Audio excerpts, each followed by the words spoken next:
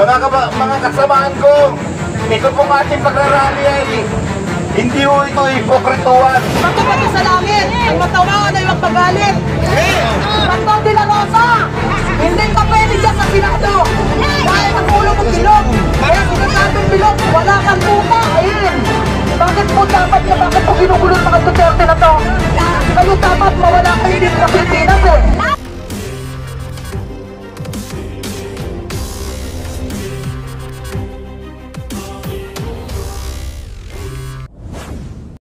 At nandiyan pa mga kasamaan nila. Uta ng China yan! Upang Uta ng China! Patantigin na! mga kasamaan ko, ito pong ating pagrarally ay hindi ho ito hipokrituan. Meron ho tayong permit dito at wala ho tayong organisado para sa atin. Tayo nagpunta-punta lamang dito. Sa tulong po ng... Walang bayad! Walang bayad! Yes! Walang bayad! In behalf of MBBP, Movement for Building Better Philippines, nandito po ako ngayon. Kasama ko yung mga kasamahan namin mula sa Makati, mula sa aming mga pamunuan. Mga kasamahan ko, tayo po ay nagtitipon-tipon ngayon upang ipakita sa kanila ng pro-Marcos, ng loyalista ay hindi papayag, hindi matutulog. Babantayan natin ang ating Pangulo. Ipagtatanggol natin ang tawag. Ipakulong na yan! Ipakulong na yan! Ipakulong na yan! Sa kanilang mga prayer rally po, mga kasamahan ko, nakikita niyo naman, ito ay taliwas sa ating mga sosyal, pangkaunlaran at panglipunang mga adikain. Ang prayer rally po ay ginagawa nilang murahan. Imagine, accusing the president of this word bangag. Eh sila mukhang mga bangag, di ba?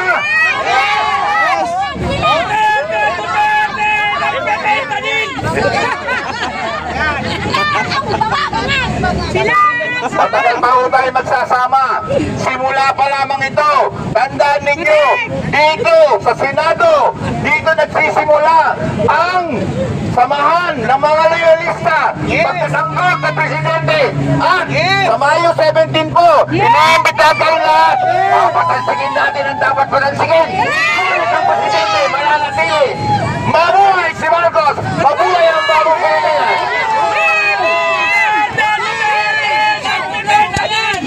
Ipakulong na yan! Eh ano, nakainom ng sugtong ho?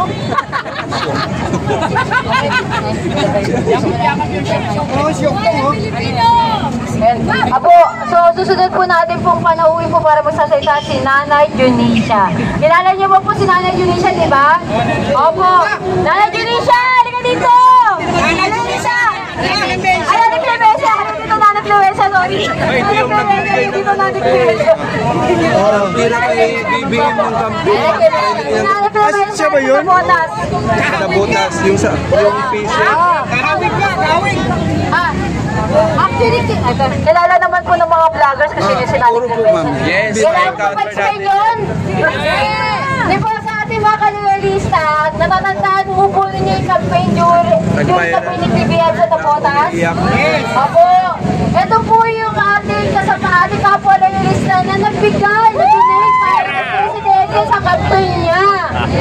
Isa po sa katulad nating mamamayan lang na simple lamang na nagtitinda ng isda. Si Nanay Clemesa po ay bigla po lumapit kay BBM, nagbigay po ng donation para tulungan ang ating kasalukuyang Pangulong Presidente Marcos para maging Pangulo ng ating bansa. So yun po lang po, natuwa po ang ating Pangulo, kaya po sa sobrang pagkatuwaan po niya, binalik po niya yung pera kay Nanay Clemesa. Pero isang malaki pa sa salamat talaga yung ginawa po ni BBM para kay Nanay Clemesa sa pagsulong. So ito po ulit po, mga kapag-alilisa, papakilala ko po sa inyo ulit si Nanay Clemesa po sa Napotas po. Clemesa, hindi Junisha! Clemesa, pasok! Magandang umaga po sa inyo lahat! Malakas pa boses ko kasi tendera ako ng isda! Mas malalakas pa ang boses ko para sa pagtatanggol sa presidente natin, BBM! Bato-bato sa langit, ang matawa na yung pagalit. Bato de la Rosa, hindi ka pwede dyan sa Senado. Dahil ang ulo mo bilog. Kaya sinasabing bilog, wala kang utak. Wala kang ulo. Pareho ka ni Robby Padilla. Sabi ng mga DD-shit, ang sabi ng mga DD-shit, hindi daw mananalo si PBBM. Dahil daw sa kanila, mahiya kayo sa mga sarili ninyo. History na ang mga loyalista. Marami na kami pinagdaanan. Kayo, mga tangi lang kayo. Oo, tama po. Nasaan ang mga tae? Tama ka. Panahon sa Hididero.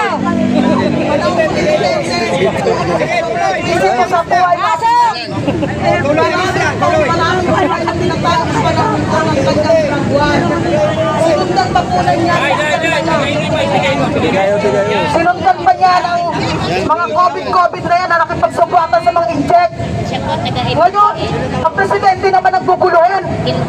Kami mga loyalista rito, ang sinasabi nga ni Philip Salvador kaya doon niyang pumamamatay para doon kay Digong.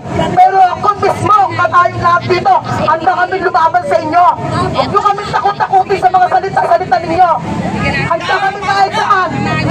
Kayo mga DD-shit, lalo na mga Duterte, hindi na kayo makakatikim ng boto namin sa 2028.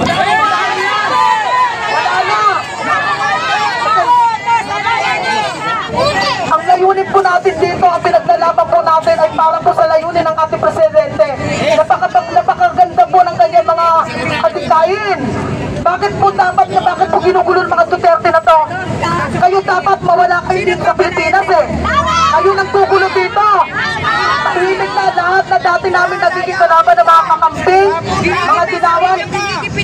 Bakit? Kumakampi sila ngayon sa Presidente PBBM dahil nakikita nila ang magandang mga adikain ng Presidente. Diba? Pati si First Lady Liza Araneta, ginagawa ninyo ng kwento. Kung meron kayong Inday Sara, meron din Inday Clemencia ng nabotas. At namin tagtanggol ang aming Presidente PBBM. At hindi po kami mga loyalista, hindi po kami mga bayaran. Kami mga bong namimigay Kakainin na lang namin, bibigay pa namin sa kapwa namin. Kung tutusin nga dapat magdadala sakla ako ng isla dito kahit napakarami nyo. Hindi tayo na sasakyan namin. Pasensya na po kayo talaga. Huwag kayo mag-alala. Kung ano yung abot na ating mga kaya mga loyalista, pagkakano po natin, pagkatawag dito, pagkakasend po natin. Basta wala pong magmamawala pong itikim na kahit piso po sa mga loyalista. Yung mga senador na yan, mga senador na panira sa Presidente,